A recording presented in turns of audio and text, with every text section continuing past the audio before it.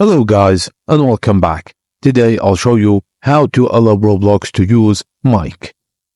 Firstly, make sure you are logged into your Roblox account. Click the cog icon at the top right corner of the page, then from the drop-down menu, select Settings.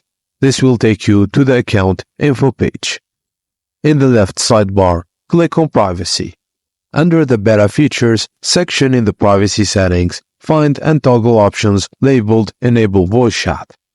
Turn on the toggle next to Enable Voice Chat. A pop-up will appear asking for confirmation.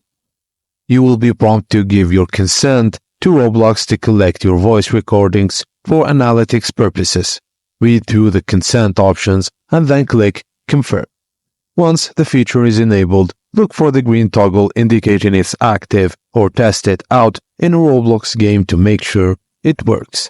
And that's it guys. Thank you for watching and please don't forget to like and subscribe for more.